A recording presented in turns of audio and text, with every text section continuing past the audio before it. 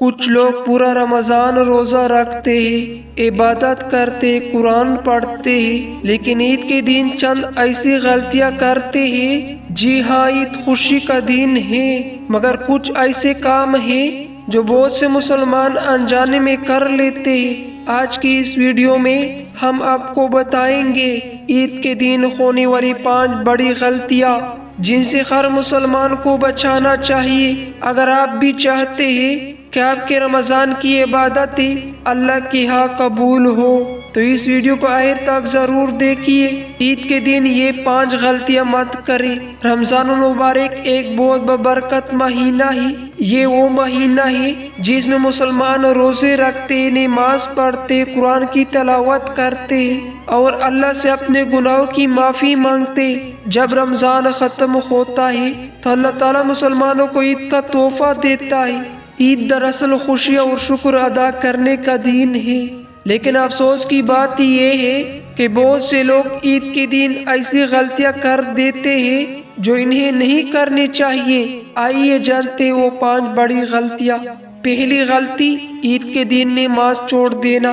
بہت سے لوگ رمضان میں تو باقاعدگی سے نماز پڑھتے، تراویح پڑھتے، مسجد جاتے، قرآن سنتے، مگر جیسے ہی عید آتی ہے وہ دوبارہ نماز میں سستی کرنے لگتے۔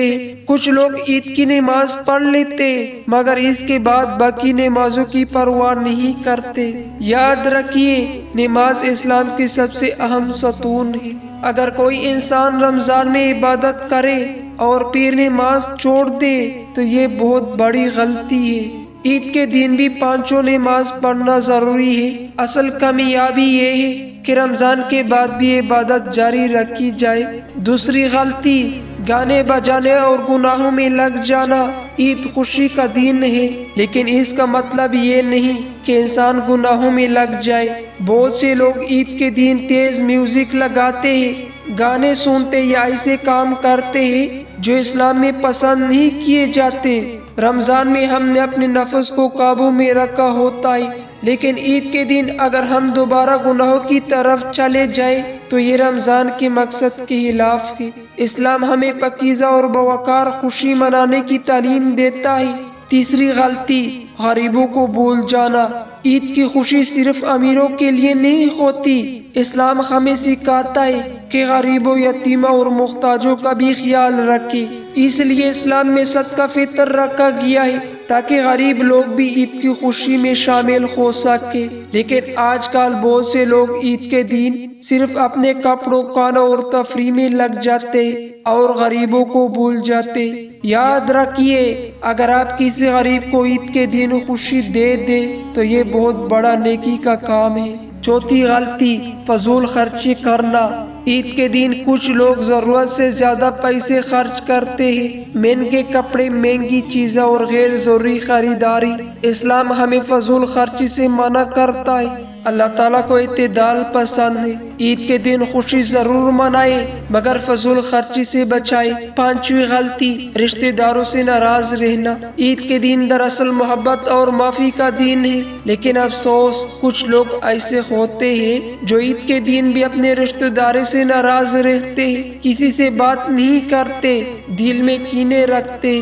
یاد رکھیے، اسلام ہمیں صلح رحمی یعنی رشتہ داروں سے اچھا تعلق رکھنے کا حکم دیتا ہے۔ اگر آپ عید کے دن کسی کو معاف کر دے تو اللہ بھی آپ کو معاف کر دیتا ہے۔ ایک سبو کا موضوع کیا، ایک مرتبہ ایک نوجوان عید کی نماز پڑھ کر گھر واپس جا رہا تھا۔